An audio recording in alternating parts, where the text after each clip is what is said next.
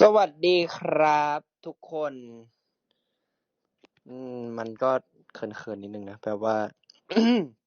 พูดคนเดียวใช่ไหมล่ะมาเอาอย่างนี้ดีกว่ามาเขาเรียกว่าอะไรนะเอ่มมาสุ่มกันแล้วกันเดี๋ยวผมเปิดไมค์ให้เพราะว่าผมไม่อยากพูดคนเดียวพูดคนเดียวแล้วมันตลกเดี๋ยวผมเปิดไมค์ให้แต่ว่าขอดูก่อนว่าหัวข้อไหนเข้าทางเนี่ยไออันที่ผมเขียนว่ายังไงดีใครอยากทำอะไรพิมพ์ไว้ไหมแล้วเดี๋ยวอันไหนเข้าทางจะเปิดไมค์ให้คุยกันมาเมนตอบหน่อยจะได้ดูเดี๋ยวผมก็เล่นไม่ค่อยเป็นเท่าไหร่นะครับก็ขออภัยไว้ด้วยนะครับเฮ้ยตื่นเต้นเว้ย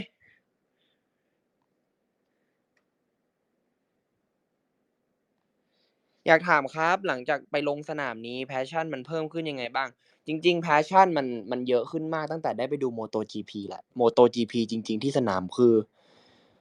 เอาง่ายๆเลยนะคำแรกเลยที่ผุดขึ้นมาในหัวคือโคตรเท่โคตรเท่อย่างแบบพอผมได้เจอพี่มาร์คใกล้ๆคือโคตรหล่อคนอะไรโคตรหล่อ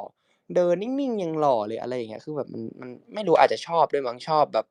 ชอบทั้งด้านนี้ชอบทั้งตัวเขาอะไรเงี้ยมันเลยแบบทำไมมันเท่ขนาดนี้วะจะรุ่นเล็กรุ่นใหญ่คือมันมีเสน่ห์ไปหมดเลยมันเหมือนว่าทุกคนพยายามทุกคนตั้งใจแล้วทุกคนเอนจอยกับสิ่งที่เขารักอะเขารักในการขี่รถแล้วเขาแบบเขาเอนจอยกับมันอะทำให้มันดูมีเสน่ห์ขึ้นมาแบบว่าไม่ต้องพยายามเก๊กหล่อหรืออะไรแค่เขาแบบลงไปทำอะมันก็เท่แล้วก็เลยมันเป็นหนึ่งในแรงบันดาลใจของผมมากๆเลยวันนี้อารมณ์ดีเวอร์เลยครับอารมณ์ดีครับเริ่มจากยังไงไปลงสนามจริงๆได้ครับไม่เอาดีกว่าเดี๋ยวผมเปิดสเปซมาคุยดีกว่าต้องทำยังไงผมจะพูดยังไงดีอะผมจะคุยกับใครดีอะผมเลือกไม่ถูกเลยแต่อยากแชร์เรื่องประสบการณ์2วันนี้ครับมีใครที่มีใครที่เอ่อที่แบบว่าจะคุยเรื่องนี้กับผมอะผมจะเลือกยังไงดีวะเนี่ยช่วยหน่อย TikTok TikTok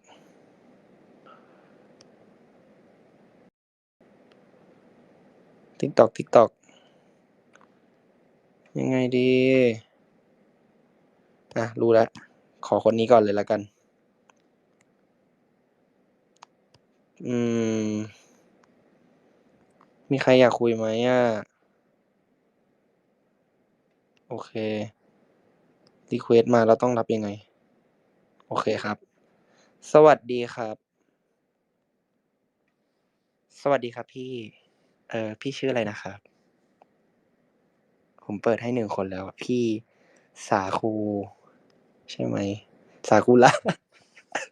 ขอโทษครับผมเปิดให้แล้วให้เป็นสปีกเกอร์แล้วอ่ะ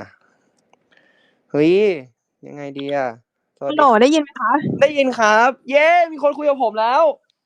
โอ้ยพ่อมาดีใจมากพี่เข้าบ้านเลยอ่ะว่ามาอยากรู้อะไร คือแบบคือขอตื่นเต้น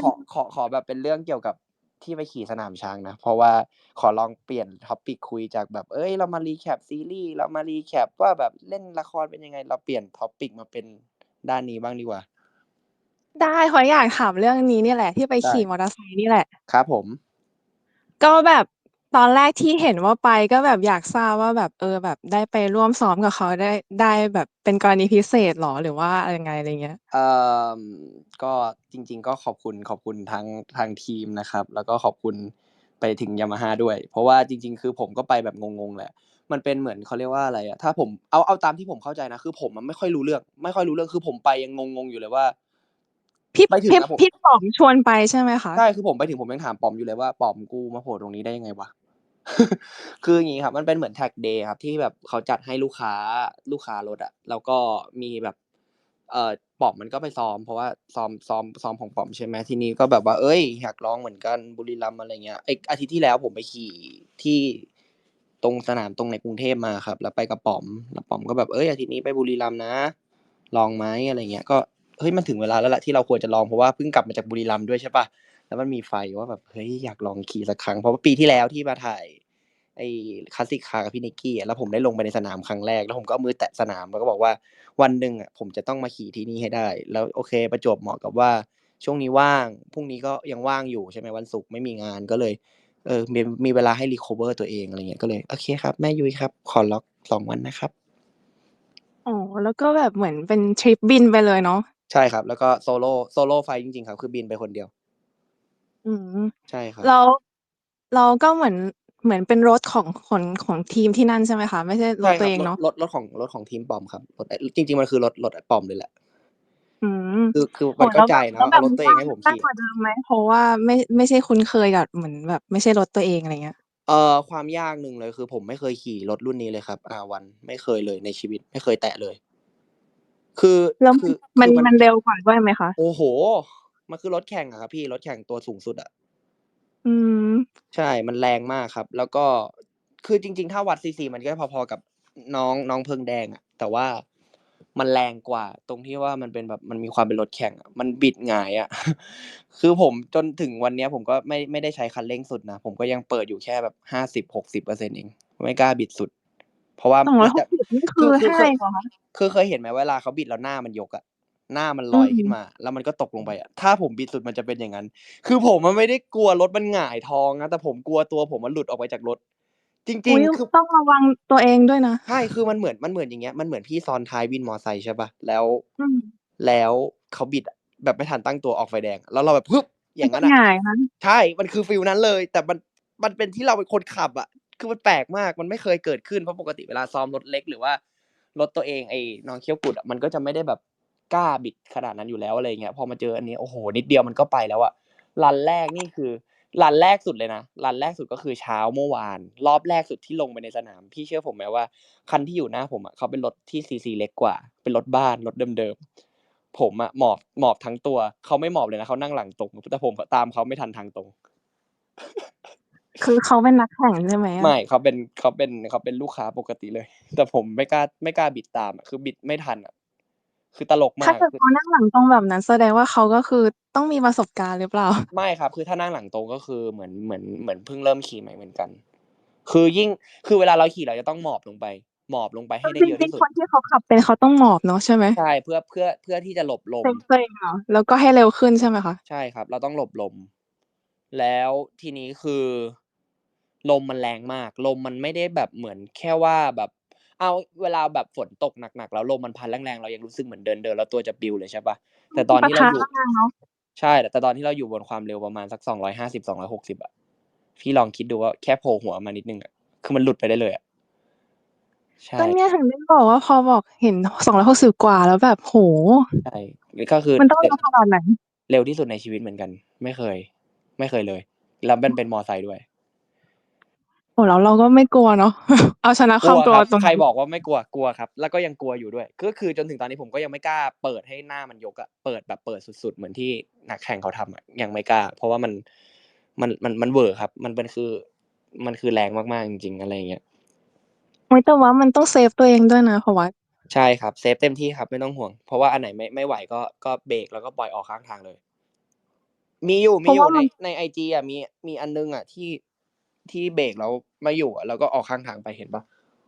อันที่เหมือนชะลอไหมอันนั้นไหม ใช่อันที่มาทางตรงอะแล้วผมอะเหมือนเบรกลึกแปลว่ามันเลยระยะที่ควรจะเบรกแล้ว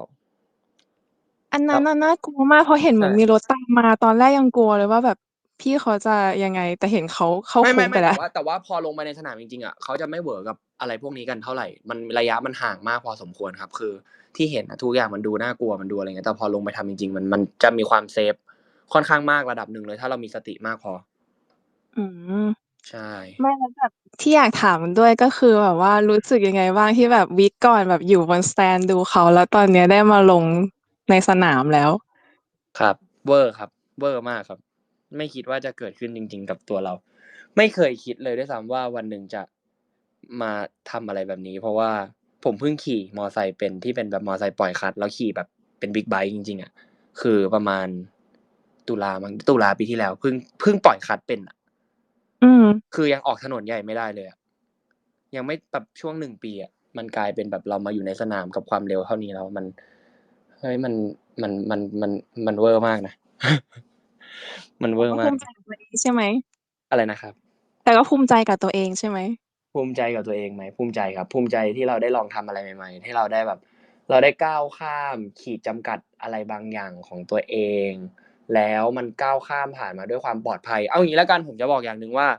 การที่ผมไปขี่ครั้งเนี้ย ผมไม่รู้สึกว่า เฮ้ย ผมจะล้มเลย คือไม่ได้ประมาทนะ แต่มันจะรู้เวลาเราขี่เราจะรู้ว่า เนี่ย ถ้ากูขี่แบบเนี้ยรอบหน้านะ ล้มแน่เลยว่ะ แต่แบบอันเนี้ยผมไม่มีความรู้สึกอย่างนั้นเลย เพราะว่าเหมือนแบบ เราก็ปั้นเบสิกมาพอสมควร ใช่ไหม แล้วเราก็มีสติมากพอ แล้วเราก็รู้ว่า โค้งเนี้ยเราได้ความเร็วเท่านี้ เราจะไม่ยอมดันทุรังไปมากกว่านี้มากเท่าไรขนาดนั้น เพราะว่าเราก็ต้องเซฟตัวเองอะ มันเลยเหมือนว่า มันมั่นใจที่จะขี่ ก็เลยไม่มีความรู้สึกอย่างนั้นเท่าไร มีแค่ไอ้ตอนจะหลุดโค้งนั่นแหละ แล้วแบบ เชี่ย ทำไงดีวะ ข้างหน้าเป็นกรวด ข้างหน้าเป็นกรวด แต่ความรู้สึกที่มากกว่านั้นคืออะไรรู้เปล่า? รถไอ้ป๋อม รถไอ้ป๋อม รถไอ้ป๋อม เป็นห่วงรถ ถ้ากูล้มไปอะ กูโดนด่าแน่เลย กูล้มไปอะเขาค่าซ่อมเท่าไรวะ? เนี่ยจริง ๆ มันเป็น ความรู้สึกเนี้ย มันเป็นความรู้สึกใหญ่มากที่ทำให้ผมรู้สึกว่า ผมต้องเซฟมากขึ้นอีกเท่าตัวหนึ่ง เพราะว่ามันไม่ใช่ของเราไง พอมันไม่ใช่ของเราเสียทีเดียวเราต้องแบบ ไม่ได้ ๆ ถึงแม้ว่าเขาจะบอกว่า "ไม่เป็นไร ถ้าเป็นไรเดี๋ยวซ่อมให้ ก็เอาไปขี่ใหม่" ไม่ได้ครับ ผมก็จะเซฟให้เต็มที่ โอ๊ย แล้วแบบพวัตเก่งมาก ๆ ใทชี่่ แบบว่า มันคือ 2 วันเองนะ ใช่ครับ มันคือ 2 วันครับ คือ คือจริง ๆ อะผมอะอยากเอาคลิปเมื่อวานอะให้ดูมากเลย แต่มันอายอะ มันอายจริง ๆ อะ มันตลกมากเลย มัน ทำไม มันน่า วันแรกกับมวัน นที่ 2 ต่างกันมากเลยใช่ไหม? มันน่าเกลียดมากเลยอะ เมื่อวานโคตรน่าเกลียดเลย น่าเกลียดแบบ น่าเกลียดอะ น่าเกลียด ไม่ไหวอะแบบ ผมดูแล้วผมแบบอุบาทตัวเองแบบ โอ้โฮ พี่แบบ เหมือน เพราะมันไม่ชินสนามหรเืหมือนอเปล่า? แบบเหมือนไปขี่รถซื้อแกงอะ ไม่ไหวอะ แบบตลกมากเลย ตลกจริง ๆ พี่ มันตลกมาก ๆ เลย เดี๋ยวขอไว้วันหนึ่งทำใจได้ วันหนึ่งแบบ มีฟอขอแร์ม บบเพิ่มเติมจากคลิปฮา ๆ กับพี่ Powell ไง อันนั้นน่ะมันฮาแบบ โอเค เข้าใจได้ว่าแบบ Accident เกิดขึ้นได้ใช่เปล่า แบบ โอเค มันก็ดูตลก ดูแบบ เขาเรียกว่าอะไร ดู silly silly ดีใช่เปล่า อันนั้น แต่อันนี้มันแบบ มันไม่ใช่ silly อะ มันคือแบบ มันก็ไม่ได้แบบจะว่ากากหรืออะไรนะ แต่มันอุบาทอะพี่ มันน่าเกลียดอะ คันหน้ารถช้ากว่าคือรถเบากว่า รถที่แบบรุ่นล่างกว่า แล้วเขาแบบขี่หลังตรง ก็คือเขาโดนลมเต็มที่ เขาก็จะไม่บิดเร็วมาก แต่เราหมอบเต็มที่เลย รถก็แรงกว่าทุกอย่าง ตามไม่ทันอะ ไม่ทันเลยอะ คือไม่ทัน คือมันไม่ใช่ว่ารถมันตามไม่ทันนะ คือผมไม่กล้าบิด ผมก็ที่ผมบอกว่าผมกลัวรอบแรก ผมแบบ อะไรอย่างงั้นน่ะ ก็เลย เดี๋ยวขอเก็บไว้ก่อน เดี๋ยวดูฟีลก่อนว่าแชร์ให้ดูดีไหม แต่มันตลกจริง ๆ อะ มันตลกมากเลย มันไม่ไหวอะ มันดีแล้วที่แบบว่าเราดูลู่ทางก่อนว่าแบบเอา เซฟตี ไว้ก่อนไง แต่การที่ผมเห็นคลิปนี้หลังจากที่ผมขี่เสร็จเมื่อวาน ทำให้ผมแบบมีไฟว่า วันนี้กูจะไม่เอาแบบนั้น อ้าว อุ๊ย มันไม่ไหวจริงพี่ คือมันไม่ใช่แค่เซฟอะ มันซูเปอร์เซฟแล้วอะ มันอารมณ์แบบว่าถ้าเซฟขนาดนี้ไม่ต้องใส่ชุดก็ได้ ไม่ต้องลงไปขี่หรอก จริง ๆ มันขนาดนั้นเลยครับพี่ มันตลกมาก ๆ จริง ๆ ครับ ได้ก็ให้ไว้พิจารณาดูก่อนว่าแบบได้ เผื่อจะมีคลิปฮา ๆ ที่ 2 โอเค ได้ จัดไป ขอบคุณคแรลั้วมีบ เรื่องอะไรแฮปครับ ปีอีกไหม? อะไรนะครับ? มีเรื่องที่แฮปปีมากกว่านี้อีกไหม? มีเรื่องที่แฮปปีมากกว่านี้อีกไหม? มีครับ กลับมาบ้านเจอลูกหมากระโดดใส่ไม่หยุดเลย อ๋อ ใช่ แล้วก็ คิดถึงลูก ใช่ แล้วก็มีโซฟามาส่งครับ แฮปปีมาก ใกล้จะเป็นจริง โอเค ดีใจกับพวัตด้วยนะที่ไขด้ทอบคุณำครตาัมสิ่งที่บ ชอบ ได้แล้วก็เลยครัขอบ ให้ขับขี่อย่างปลอดภัยนะครับ ครับ แล้วก็เจปะ็นทหำใ่วง ห้ดีขึ้นยิ่ง ๆ ขึ้นไปครับ ก็หวังว่าจะได้ไปเชียร์นะครับ สาธุครับ ขอให้วันหนึ่งเป็นอย่างงั้นครับ ขอบคุณมากนะครับ ครับ รักนะพวัต Love you จุ๊บ ๆ ขอบคุณครับ ครับ สวัสดีครับ พี่ เพชร Tele เพชร Tilly Lady อ้าว Hello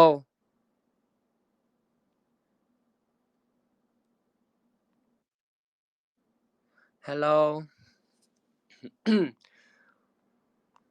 สวัสดีครับ ฮัลโหล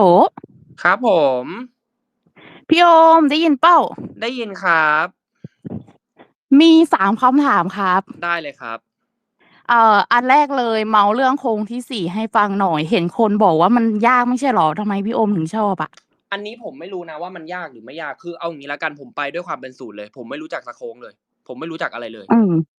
ใช่โค้งที่ 4 อ่ะมันเป็นโค้งที่มันเป็นโค้ง High Speed ครับโค้ง High Speed คือเราจะเข้าโค้งด้วยความเร็วสูงอะฮะ มันจะอารมณ์คล้ายๆกับทางตรงแต่ความยากของมันถ้าให้ผมเดานะคือมันเป็นโค้งลงเขาอืม คือหัวโค้งกับปลายโค้งอ่ะมันอยู่หัวโค้งมันจะสูงกว่าแล้วมันเคิร์ฟลงครับ ทีเนี้ยผมอ่ะที่ผมไม่กลัวโค้ง 4เลยเพราะว่าโค้ง 4อ่ะถ้าเราหลุดออกไปอ่ะมันเป็นแท็กแบบมันเป็นพื้นแบบเหมือนสนามบอลเลยมันกว้างมากแบบว่าเราสามารถไถไปกับพื้นได้โดยที่ไม่เจ็บไม่มีแผลแน่นอนอะ มันเลยทำให้ผมน่าจะกล้ามั้งแล้วอีกอย่างหนึ่งคือผมชอบเทโค้งฝั่งซ้ายเวลาผมเทซ้ายโค้ง 4เป็นโค้งซ้ายเวลาผมเทโค้งฝั่งซ้ายผมจะมั่นใจกว่าเทโค้งฝั่งขวาครับ ครับแล้วมันมีระยะด้วยระยะ อ๋อแต่ว่าคือ4ก็คือโค้งก็คือซ้ายแน่ๆใช่เปล่า ใช่โค้ง 4คือโค้งซ้ายครับก็คือในคลิปที่ลงว่าโค้ง 4อ่ะใช่มันอยู่ก็ที่เลยออกมาสวยงามเลยใช่มันก็เลยน่าจะเป็นโค้งที่ทำได้ดีที่สุดแหละ เชื่อไหมว่าโค้ง 4ผมว่าผมทำได้ดีกว่าทางตรงเยอะมากเลยก็เห็นตอบแฟนคลับไว้อย่างงั้นแต่แฟนคลับบอกว่า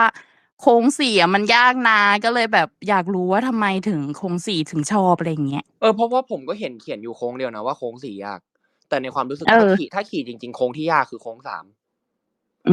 โค้ง 3โค้ง3มันเป็นยังไงอะโค้ง 3เป็นอย่างงี้ครับมันตรงยาวมาเป็นทางตรงที่ยาวที่สุดในสนามบิดมาความเร็วมันจะเป็นท็อปสปีดของรถเลย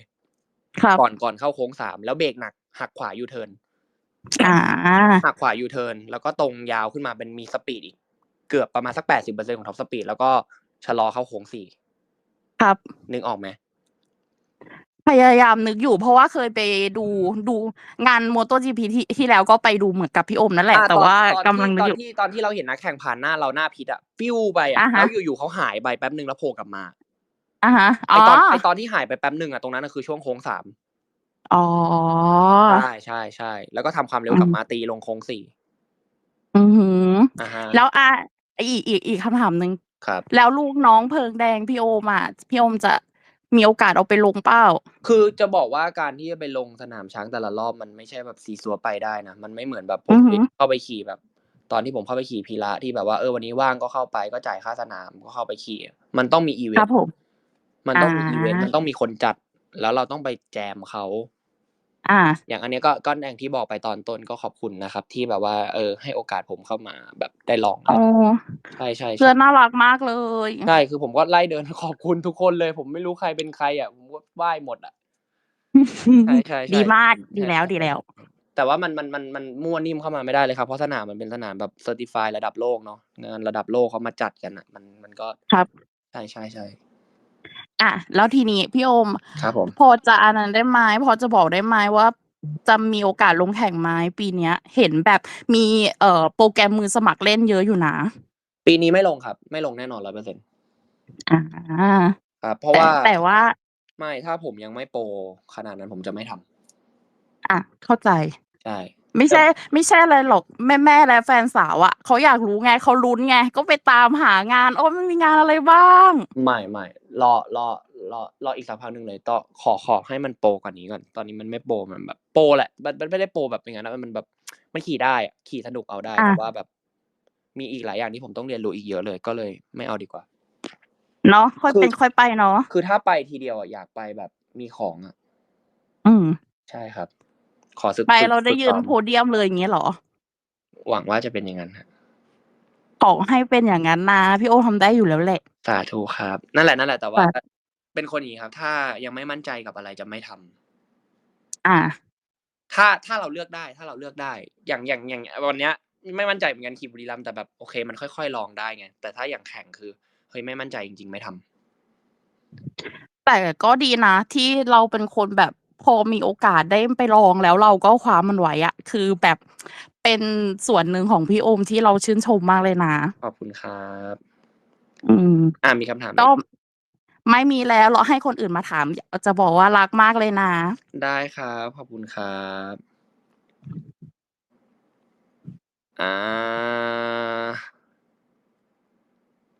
ยังไงต่อดีตื่นเต้นจัง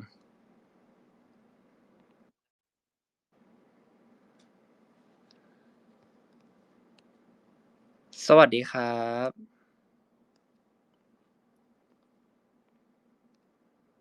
สวัสดีครับได้ยินไหมเอ่ยฮัลโหล อุ๊ยโอ๊ย วะตกใจหมดเลย ดีนะไม่ได้ใส่หูฟัง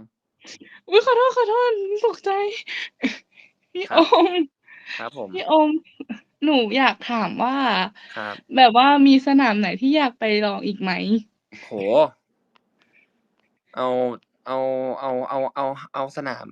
ามหลังสุวรรณภูมิให้คล่องก่อนดีกว่า อ๋อ ใช่ แล้ ๆ วก็อยากถามว่าขับรถในสนามกับถนนจริงๆอะมันแตกต่างกันยังไง? มันคือคนละเรื่องเลยครับ มันคือคนละเรื่องแบบคนละเรื่องเลย ถนนไม่สามารถเอาอะไรมาวัดกับสนามได้เลย ถนนคือความปลอดภัยในชีวิตของตัวเราเองกับของผู้อื่น สนามมันก็ความปลอดภัยในชีวิตตัวเราเองกับผู้อื่นเหมือนกัน แต่มัน อธิบายยังไงดีวะ มันคือการใช้ชีวิตอะในถนน แต่สนามมันคือการแข่งขัน คือทุกคนจะมี awareness เพิ่มขึ้นมาว่า นี่คือการแข่งขันนะ เซฟตีครบ มีชุด สนามรองรับให้ล้มได้ มีทีมที่จะคอยเซฟ อะไรเงี้ย แต่ถนนไม่ใช่ พลาดไป10ล้อทับตายเลย คนละแบบกันเลยครับ แล้วแบบก่อน ซึ่งมันจะทำ ยิ่งผมลงสนามมันยิ่งทำให้ผมไม่อยากขี่ถนนหนักขึ้นเรื่อยๆนะ แล้วแบบก่อนลงพี่โอมมีความรู้สึกแบบกลัวหรือว่าตื่นเต้นอะไรบ้างไหมอะ? ก่อนแบ กลั บ ว ก่อนขับอะ กลัวที่ 1 เลยผมกลัว เพราะว่ามันไม่ใช่รถผม ถ้ามันไม่ใช่ของผมจะกลัวมากเลย ทุกอย่างเลย ผมเชื่อไหมผมแบบไม่ค่อยจะอยากกล้าลองขับรถคนอื่น หรือว่านั่งรถคนอื่นเลยนะ ถ้าไม่จำเป็นอะ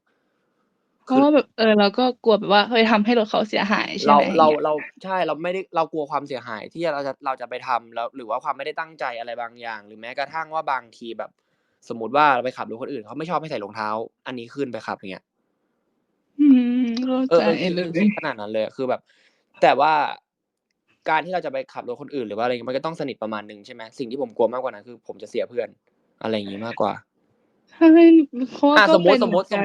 ว่าเพิร์ทบอกว่า "เฮ้ย พี่ผมซื้อรถมาใหม่พี่เอาไปลองดิ" แล้วผมไปลอง แล้วผมไปขูดอะ ผมมองหน้าน้องยังไง? เราก็จะรู้สึใกช่ ผิดด้วย เพราะว่าเขาให้ เพิ่งแบบให้ ซื้อ ซ่อม ใหม่ ให้ซ่อมให้อะซ่อมให้ได้ แต่แบบให้มองหน้ายังไงอะ? เฮ้ย มันไม่ได้ มันเป็นบาดแผลรู้สทางจึิกตใจผิด นะ ของใคร ใครก็รัก อะไรอย่างเงี้ย ก็เลยไม่เอาดีกว่า กลัวที่ 2 คือ กลัวความเร็วครับ ไม่เคยคิดเหมือนกันว่าชีวิตนี้จะกลัวความเร็ว มันเร็วมาก มันไม่ได้กลัวว่ารถมันเร็วอะ แต่มันกลัวปัจจัยอื่น กลัวลม ผมไม่เคยคิดว่าผมจะกลัวลมเลย ตอนโดด Skydive ก็ อื้อฮือ ลมแรงมาก เต็มที่เลย เขาบอกว่าตอนที่โดด Skydive อะ ลมปะทะหน้าด้วยความเร็ว 200 กิโลเมตรต่อชั่วโมง แล้วแบบ โอ้โฮ มันแรงมาก หน้าบิด ปากเบี้ยวไปหมด แต่อันเนี้ยมันยิ่งกว่าไง โอ้โฮ เข้าใจเลยอะ เพราะว่านี่ก็แบบถ้าลมแรงก็กลัวเหมือนกันน่ะ อันนี้มันแบบมันยิ่งกว่าไง มันเลยแบบว่า เฮ้ย มันยังไงอะ อะไรอย่างเงี้ย ก็กลัวความเร็ว ผมไม่ได้กลัวว่ามันจะเร็ว ยิ่งบิดให้มันเร็วขึ้น อย่างเงี้ย ไม่ค่อยกลัว แต่กลัวว่าจะเอาไม่อยู่เวลาเจอเบรก เพราะว่าสิ่งที่ผมด้อยเลยคือ ผมยังไม่ได้ฝึกเบรกแบบจริงจัง ขนาดสนามเล็กนะ แล้วก็ไม่ได้ฝึกออกตัวที่มันแบบเป็นจัมป์แบบโดดแบบปื๊ด ๆ อย่างเงี้ย ไม่เคย พอมันไม่เคยแล้วไอ้สิ่งพวกเนี้ยมันจะไปเจอในรถใหญ่หมดเลย เพราะว่ารถใหญ่เรามาด้วยความเร็วสูง เราต้องเบรกหนัก แล้วเวลาเราเปิดคันเร่งมันก็เหมือนออกตัวอะ มันก็ปื๊ดขึ้นไป อะไรอย่างเงี้ย มันไม่เคยเจออะไรพวกเนี้ย อันเนี้ยน่ากลัว แต่ถ้าเป็นเรื่องโค้งไม่ค่อยกลัวเรื่องโค้งเท่าไร กลายเป็นกลัวทางตรงครับ เข้าใจเลย แต่ว่าก็แบบ ก็ขอให้โอมแบบว่ามั่นใจในการขับ แล้วก็แบบถ้าจะแข่งก็ขอให้แบบ เรียกว่าไงอะ ชนะ อะไรอย่างเงี้ย แบบก็ขอให้มั่นใจในการแข่งไวๆ หรือว่าแบบ มันเรียกว่าไง ตื่นเต้น ได้ เดี๋ยวเอางี้ เดี๋ยวถ้าเรื่องแข่งอะ เดี๋ยววันไหนจะแข่งแล้วอะ เดี๋ยวจะมาขอกำลังใจใหม่ แต่วันนี้ยัง วันนี้ขอ ได้เลย ขอเอนจอยกับแค่ได้ขี่แค่นี้ก็ถือว่ามีความสุขมากๆ แล้วครับ โอเค ไม่มีอะไรจะถามแล้วแค่นี้แหละ ขอบคุณไว้ครเจอักัน บ Good แฟ night น ค เด รั ย์นะ บ บ๊า ค ย รับบ าย ผม Good night ครับ ครับ สวัสดีครับ Hello ได้ยินไหมเอ่ย? สวัสดีครับ มายัง? สวัสดีครับ ไม่มีเสียงอะ พี่ได้ยินผมไหม? เราได้ ใคร ยิ ได้ น ยิน เราได้ยินโอมนะ โอเค ผมได้ยินพี่แล้วครับ อ๋อ โอเค คือ ครับผม เราอะ เอาจริง ๆ คือเราไม่รู้เรื่องรถเลยแบบ 0 ครับ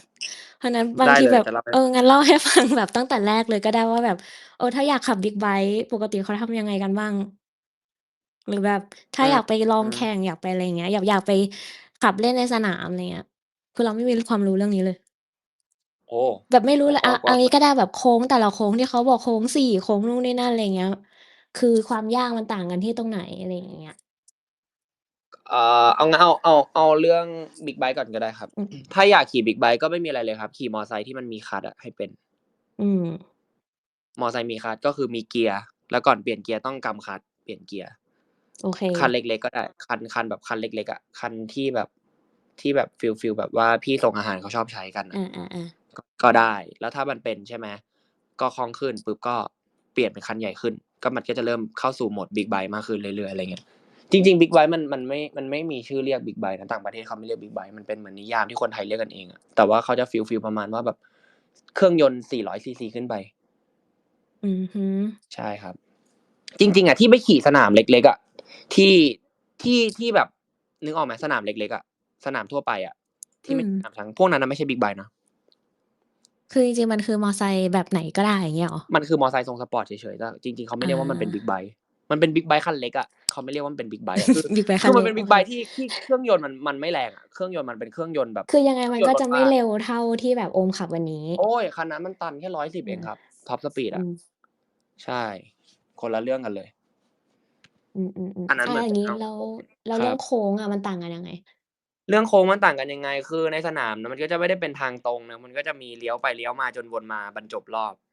ในอืม ระหว่างที่เลี้ยวใช่ไหม มันก็จะมีโค้งที่ 1 โค้ง 1 ก็คือโค้งที่ 1 โค้ง 2 คือโค้งที่ 2 โค้ง 3 ก็คือโค้งที่ 3 อะ นั่น ฮะ แค่นั้น แต่ละโค้งก็จะมีความยากง่ายที่ไม่เหมือนกัน บางโค้งเลี้ยวเยอะ บางโค้งเป็นยูเทิร์น บางโค้งเป็นเหมือนจะโค้งแต่ไม่โค้ง อะไรอย่างเงี้ย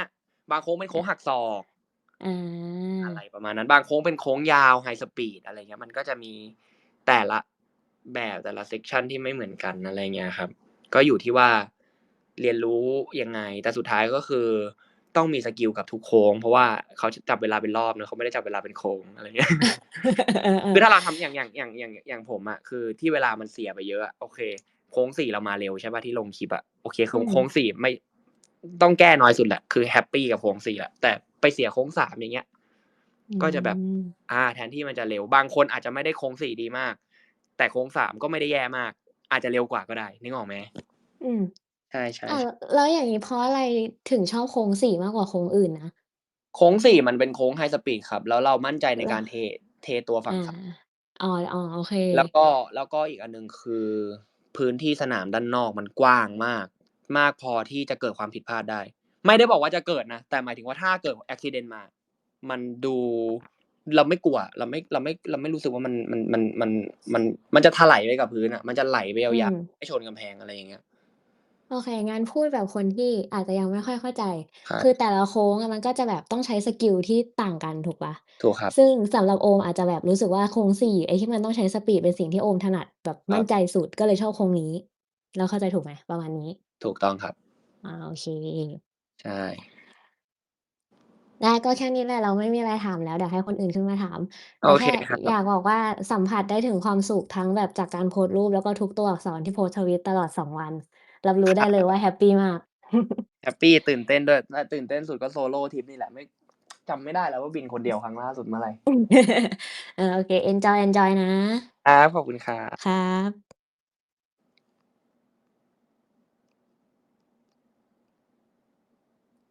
ฮัลโหลครับ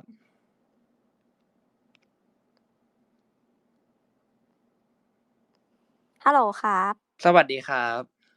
สวัสดีครับ ยังไง อยากรู้ว่า วแล้า วแบบถ้าแบบโอมมีแพลนแข่ง เงี้ย โอมไม่ต้องไปหารถที่เป็นเหมือนแบบที่แบบเป็น R1 เหรอ? หรือว่าแบบมันใช้ R6 แข่งก็ได้ อะไรเงี้ย จริง ๆ มันมีแข่งทุกรุ่นเลยครับ แต่ว่าอยู่ที่ว่าเราจะลงรายการไหน อ๋อ แล้วโอมคิดว่าแบบว่า แพลนก็คือน่าจะเป็น R1 หรือ R6? ผมไม่รู้เลยอะ ผมเพิ่งเคยขี่ R1 ครั้งแรกผมไม่รู้เลยว่าจะเป็นแพลนยังไงคือผมไม่ผมรู้แค่ว่ามันมีรายการอะไรบ้างอะไรเงี้ยรู้ว่าแบบรายการมันเป็นยังไงมันต้องลดประมาณไหนแต่แบบผมไม่รู้เรื่องเลยว่า ถ้าวันหนึ่งเราไปอยู่จุดนั้นเราจะไปอีท่าไหนอะ อ๋อ คือเอาอย่างงี้ตอนนี้เหมือนโอโฟกัสสกิลตัวเองมากกว่าโอไม่ได้โฟกัสว่าต้องขี่รถอะไร จะไปเป้าหมายตรงไหน แต่แค่ว่าเมื่อวานกับวันนี้ต้องดีกว่าเมื่อวาน อย่างน้อยๆเวลาไม่ลงแต่ว่าต้องมีอะไรพัฒนาขึ้น ต้องมั่นใจขึ้นหรือว่าอะไรอย่างเงี้ย อ๋อ ใช่ โอเคครับ แต่เรื่องแข่งไม่รู้เลยครับขอโทษด้วย โอเคครับ สู้ๆนะครับ ครับขอบคุณครับ ไม่ถามแล้วเหรอโอ้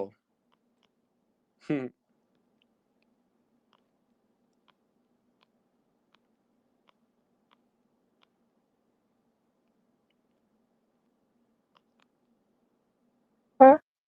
สวัสดีครับ สวัสดีค่ะ ครับ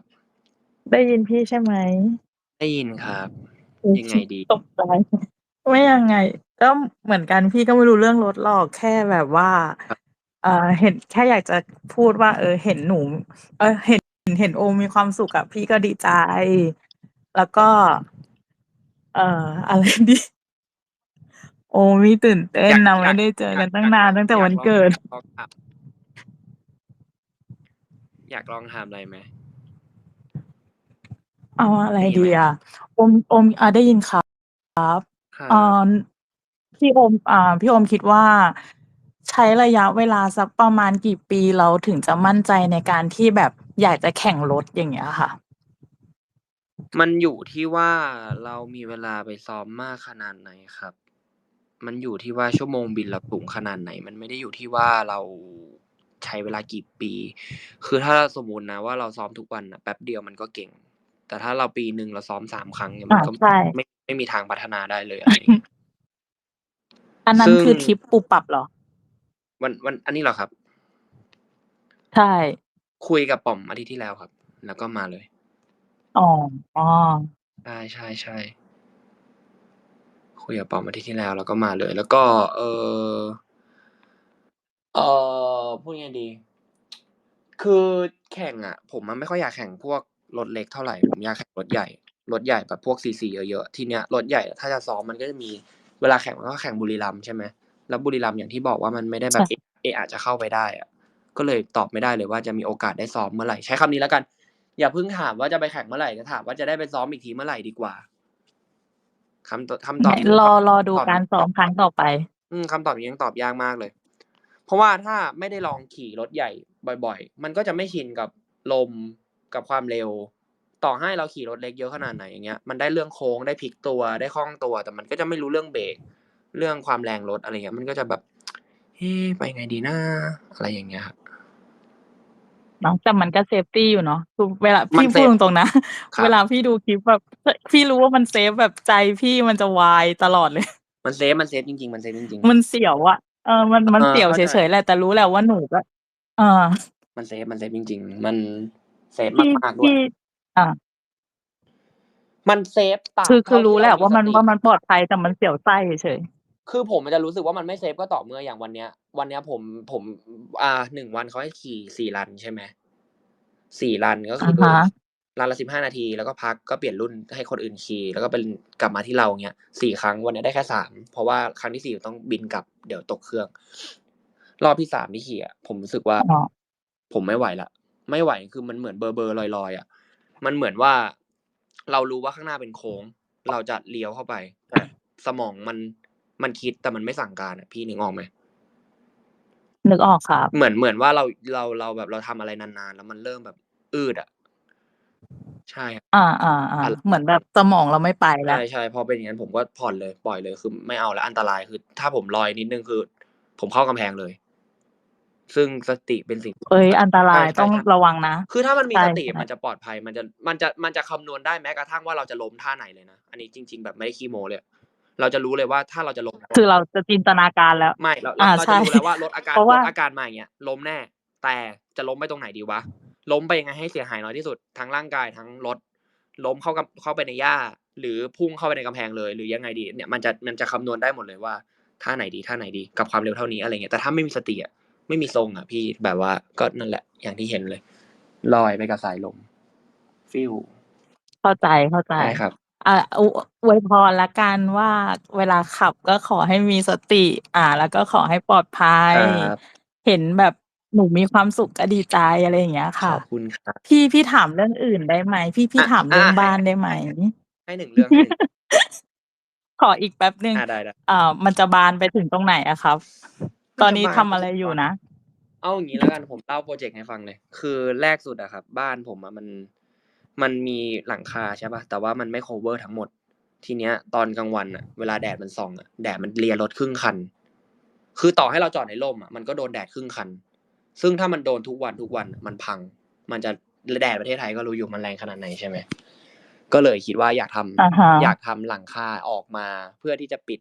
แรกสุดอะคิดว่าเป็นเขาเรียกว่าอะไรอะหลังคาที่มันเป็นแบบเขาเรียกว่าแบบร้านไอติมเหรอที่มันเป็นแบบผ้าใบอะยื่นออกมาปิดได้หมุนมือนึกออกปะ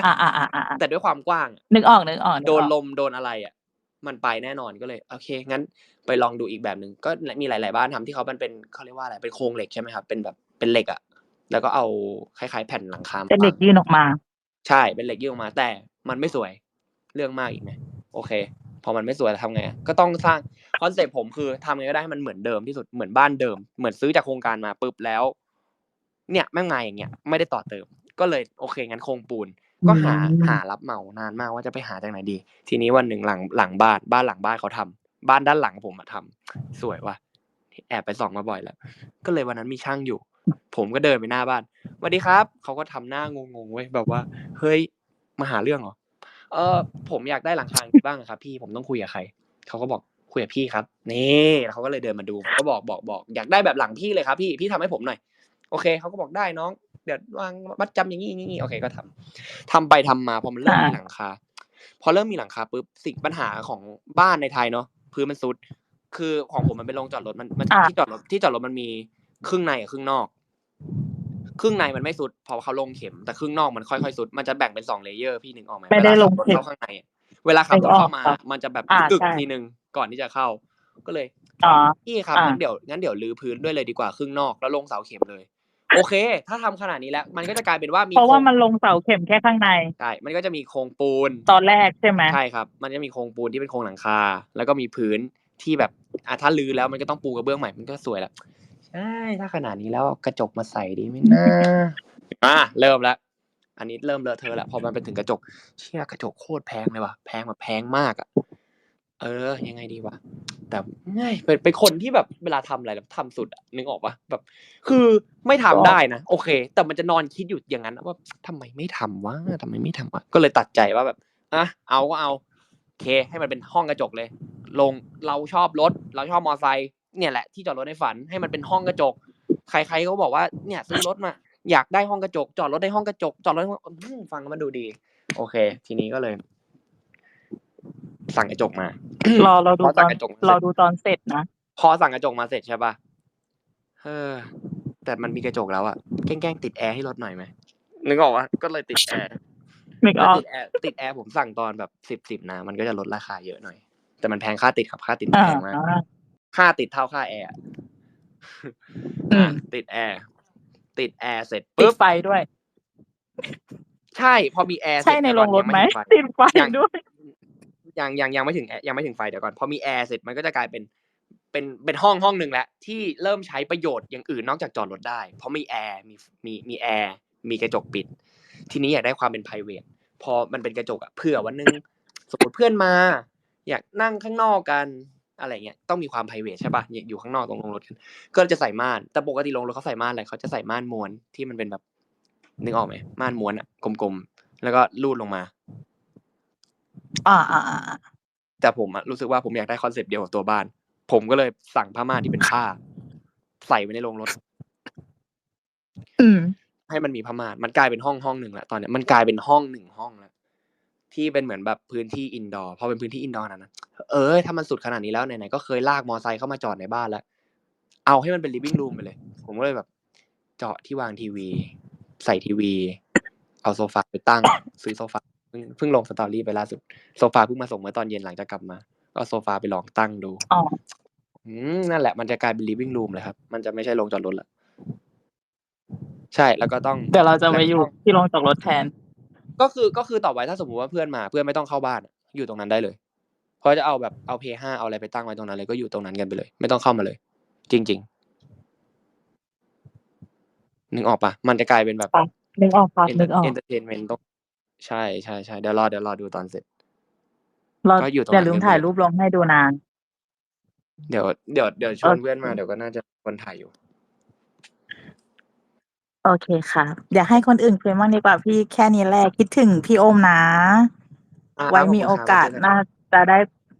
ได้ลางานแล้วก็ไปหา ได้เลยครับ ไม่ต้องลาก็ได้ครับ เอาไว้ วันที่แบบไม่ลาก็ได้นะ ลาได้ครับ ต้องลาแหละ พี่ต้องไปจากต่างจังหวัดไงมันก็ต้องลางานอยู่แล้ว โอเคครับ โอเค ไว้เจอกันครับ ครับเจอกันครับสวัสดีครับ บ๊ายบายครับ ครับ มาอีก1คน สวัสดีครับ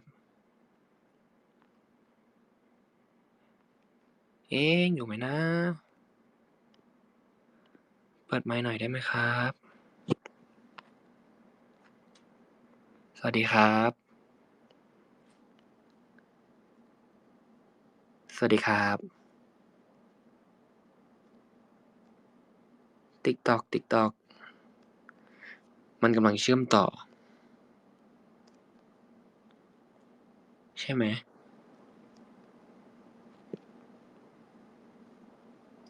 มายังอะ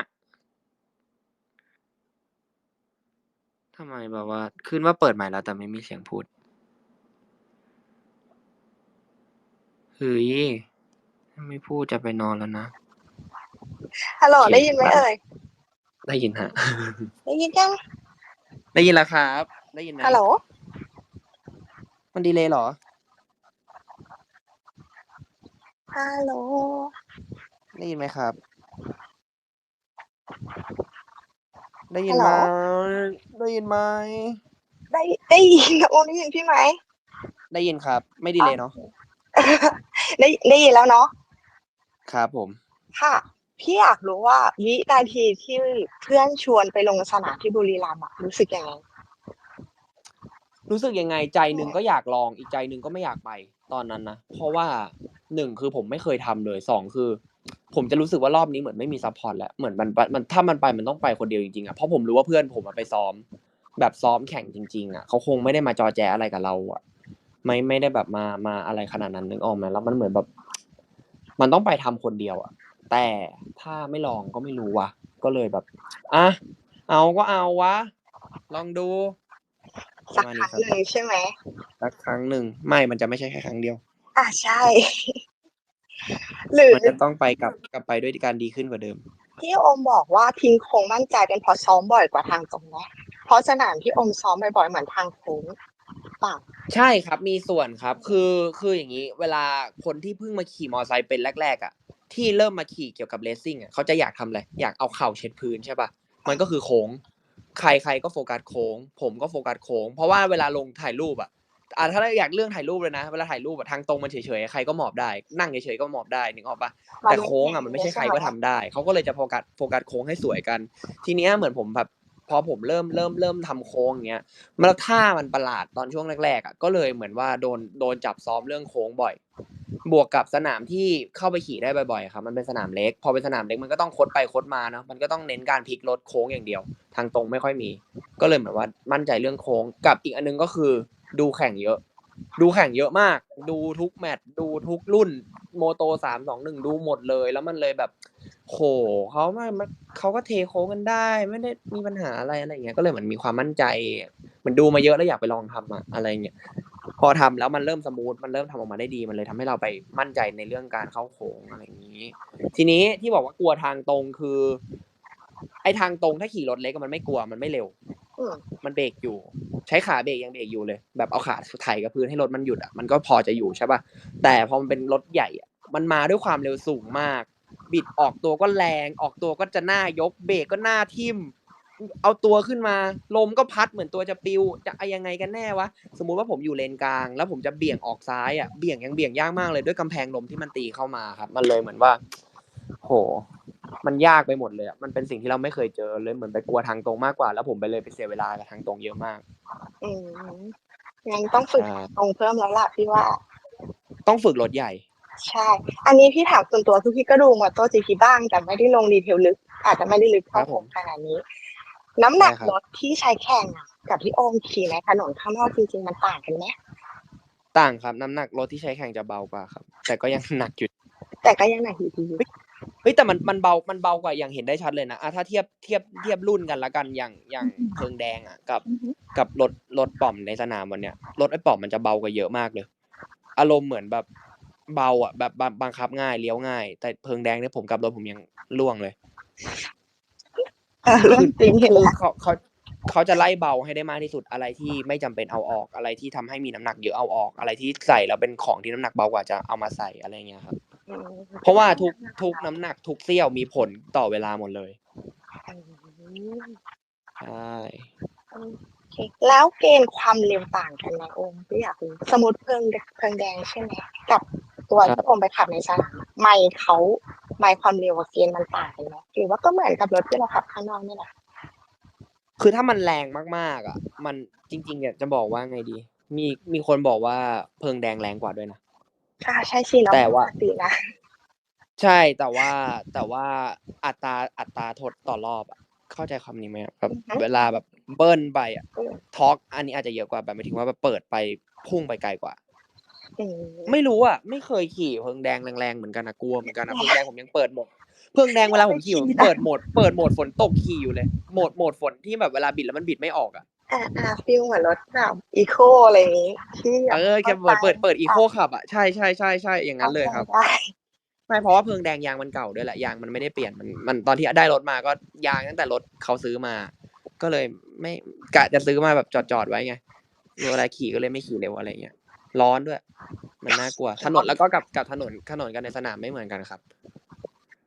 ดีแล้วแหละอยู่ทำในกรุงเทพก็แบบลำบากกว่าด้วยรถเราใหญ่ด้วยอะไรอย่างเงี้ยค่ะใช่ครับก็อยากให้น้องฝึกตามที่ตั้งใจไว้ก็อาจจะต้องวันนั้นแหละถ้าเราอยากจะไปทางนี้จริงๆอะไรเงี้ยพี่ก็หวังว่าสักวันจะเห็นโอมในสนามจริงๆพี่ก็จะถ้าไปเชียร์ได้พี่ก็จะไปเชียร์ที่ขอบสนามด้วยเพราะพี่ก็อยากเห็นเหมือนกันว่าโอมพวัตเนี่ยในโหมดนักแข่งเท่ขนาดไหน